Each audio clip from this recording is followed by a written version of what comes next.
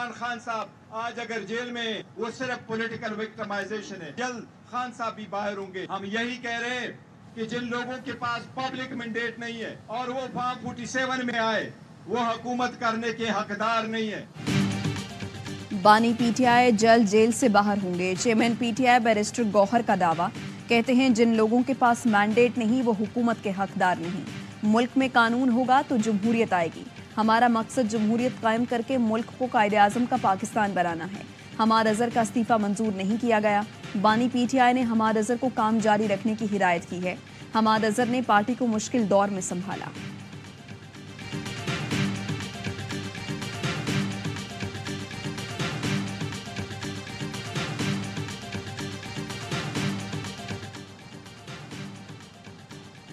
MQM के कई रहनुमा फैसल वावड़ा को सेनेट में सपोर्ट करने के मुखालिफ। ज़राए के मुताबिक एमकेएम की जानिब से आमिर चिश्ती, शहबाज ज़हीर और दीगर नामों पर गौर। हतमी फैसला ना हो सका। एमकेएम के कई रहनुमाओं का पार्टी उम्मीदवारों को ही सेनेट का टिकट देने पर इसरार। एमकेएम सेनेट इंतखाबात के लिए उम्मीदवारों के नामों को हतमी शक्ल दे दी गई।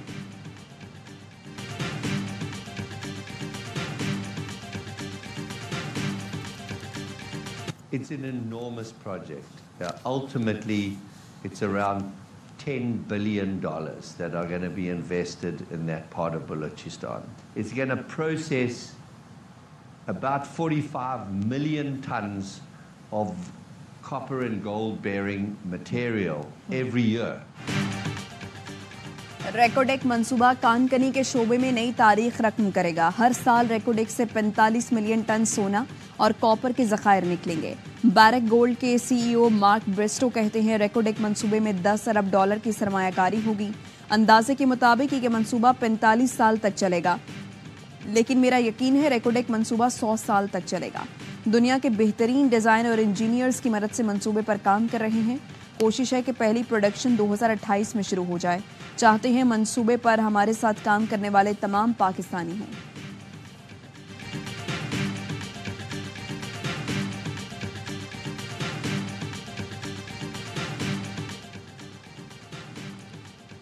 पाकिस्तान इस वक्त डू एंड डाई की पोजीशन पर है।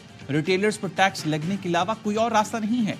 साबिक चेयरमैन एफपीआर शब्बर ज़ैदी कहते हैं रिटेलर्स पर टैक्स लगाने का बड़ा मुखालिफ लाहौर चैम्बर है।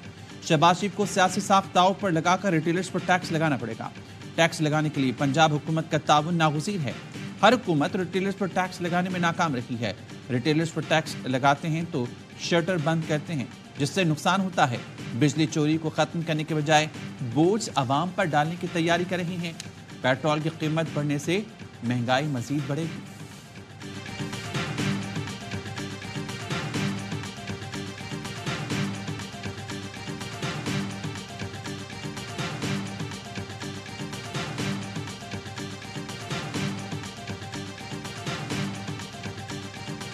सबसे बड़ी रुकावट जो है रिटेलर और होलसेलर के टैक्स लगाने में, वो चैम्बर ऑफ कॉमर्स पंजाब के हैं जो ये काम नहीं करना देना चाहते। अगर आपने इसको करना है तो शहबाज शरीफ साहब को अपना पॉलिटिकल क्लाउड इस्तेमाल करना पड़ेगा।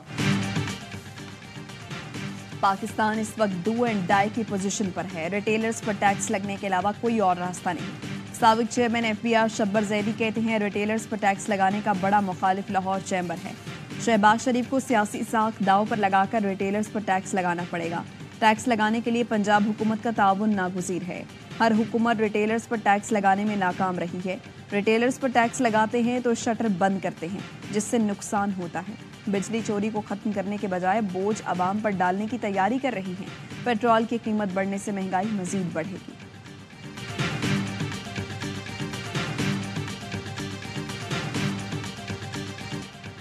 जैज़ की मुश्किल मुआशी हालात में गुज़िश्ता बरस 37 अरब की सरमायाकारी। जैज़ की पाकिस्तान में सरमायाकारी 10 अरब 60 करोड़ डॉलर से बढ़ गई। सरमायाकारी का मकसद डाटा की बढ़ती तलब को पूरा करना है। जैज़ के सीईओ आमिर इब्राहिम का कहना है सरमायाकारी सार्फिन को बेहतर सर्विस देने के लिए कर रहे हैं।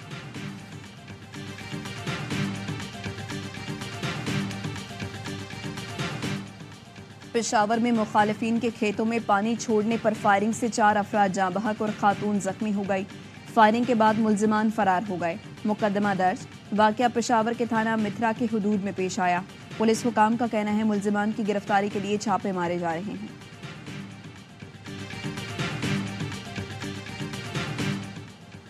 कराची के इलाके कुरंगी जमान टाउन में शहरियों के तशद्दुद से 2 मुबैना डाकू हलाक। पुलिस का कहना है हलाक डाकुओं का क्रिमिनल रिकॉर्ड चेक किया जा रहा है।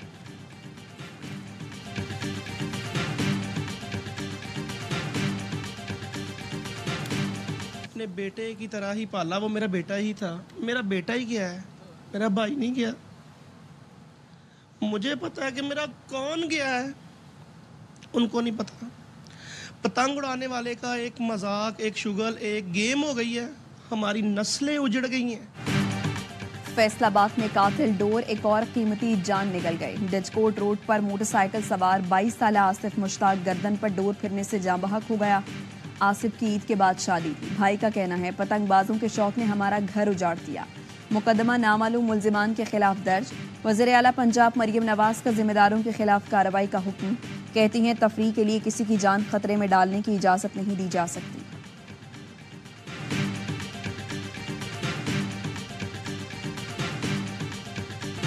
बाजार वाक़ये के हीरो जॉनसन तारिक, उन्होंने पुलिस के आने तक ढाल बनकर उस औरत को हिफाजत से अपनी दुकान में बिठाए रखा। जॉनसन तारिक, आप जैसे लोग इंसानियत के लिए काबिल फख्र हैं। मुश्तइल हुजूम से औरत को बचाने वाले दुकानदार को गवर्नर पंजाब की जानिब से खिराजी तहसीन पेश किया गया। लाहौर इचरा बाजार वाक़ये में जॉनसन तारिक ने मुतासरा औरत को पुलिस आने तक पनाह दिए रखी थी। लाहौर में होने वाली यौम पाकिस्तान की तकरीब में जॉनसन तारिक की बहादुरी का खुसूसी तौर पर एतराफ़ किया गया।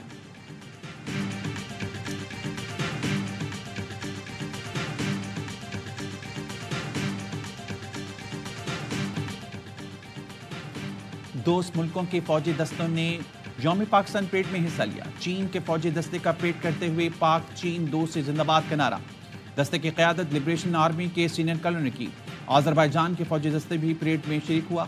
दुनिया को पाकिस्तान से मजबूत दोस्ती का पैगाम दिया।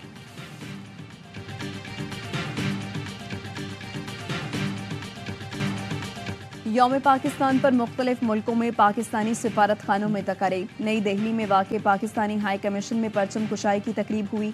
दुबई में बुर्ज खलीफा भी कौमी परचम के रंगों में रंग गया। कैमरा में ऑस्ट्रेलियाई रॉयल मिलिट्री बैंड ने कौमी तराने की धुन पेश की। बीजिंग में भी पाकिस्तानी सिफारत खाने में परचम लहराया गया। सऊदी दारुल हुकूमत रियाज में भी पाकिस्तानी सिफारत खाने में परचम कुशाई की गई। रोम के सिफारत खाने में भी परचम कुशाई की तकरीब हुई।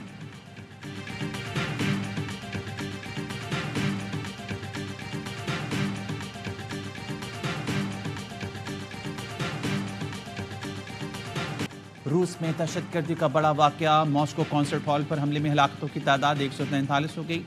150 से ज्यादा जख्मी। दहशतगर्दों ने जदीद असलहे से फायरिंग की, दस्ती बम फेंके, जिससे आग तेजी से फैल गई और छत गिर गई। सदर पुतिन का आज मुल्क भर में शोक का ऐलान। रूस का खून का बदला खून से लेने का ऐलान। कहा तमाम जिम्मेदारों को खत्म करेंगे।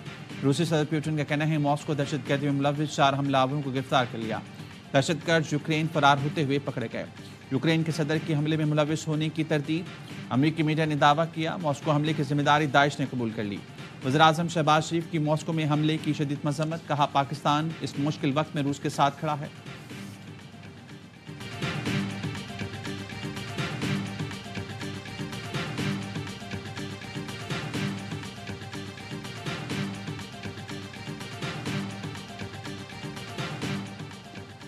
भारत में मोदी सरकार की मुस्लिम दुश्मनी। मुतादिद रियासतों में मदारिस पर पाबंदी लगा दी गई। लाखों तलबा को स्कूलों में दाखिले की हिदायत की गई।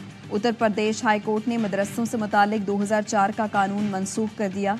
इस इकदाम से सिर्फ उत्तर प्रदेश में 25,000 मदारिस बंद होने का खतरा है। 27 लाख तलबा और 10,000 असातिज़ा को मुतासर होंगे। आसाम में भी इंतहा पसंद बीजेपी की हुकूमत है, जहां सैकड़ों मदारिस को स्कूलों में तब्दील किया जा रहा है।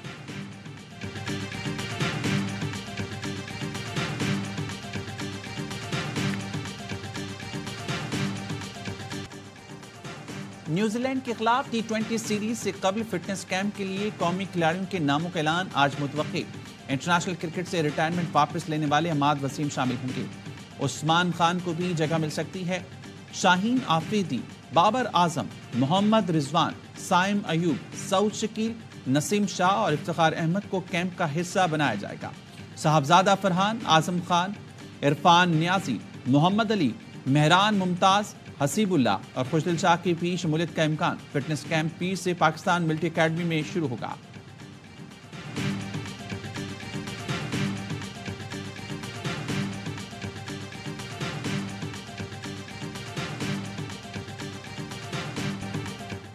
इमाद वसीम ने इंटरनेशनल क्रिकेट से रिटायरमेंट वापस ले ली। सोशल मीडिया पैगाम में कहा, पाकिस्तान के लिए T20 फॉर्मेट में दस्तयाब हूं। फैसला T20 वर्ल्ड कप को मद्देनजर रखते हुए किया। एतमाद करने पर PCB का शुक्रिया अदा करता हूं। ऑलराउंडर इमाद वसीम ने नवंबर में इंटरनेशनल क्रिकेट से रिटायरमेंट का ऐलान किया था।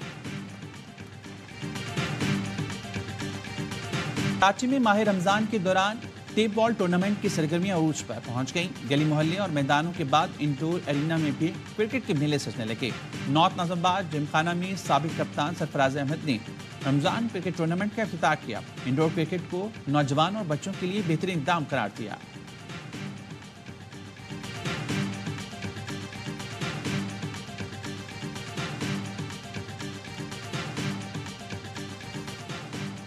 साबिक चेयरमैन PCB शहरयार खान 89 बरस की उम्र में लाहौर में इंतकाल कर गए। वो काफ़ी अरसे से अलील थे।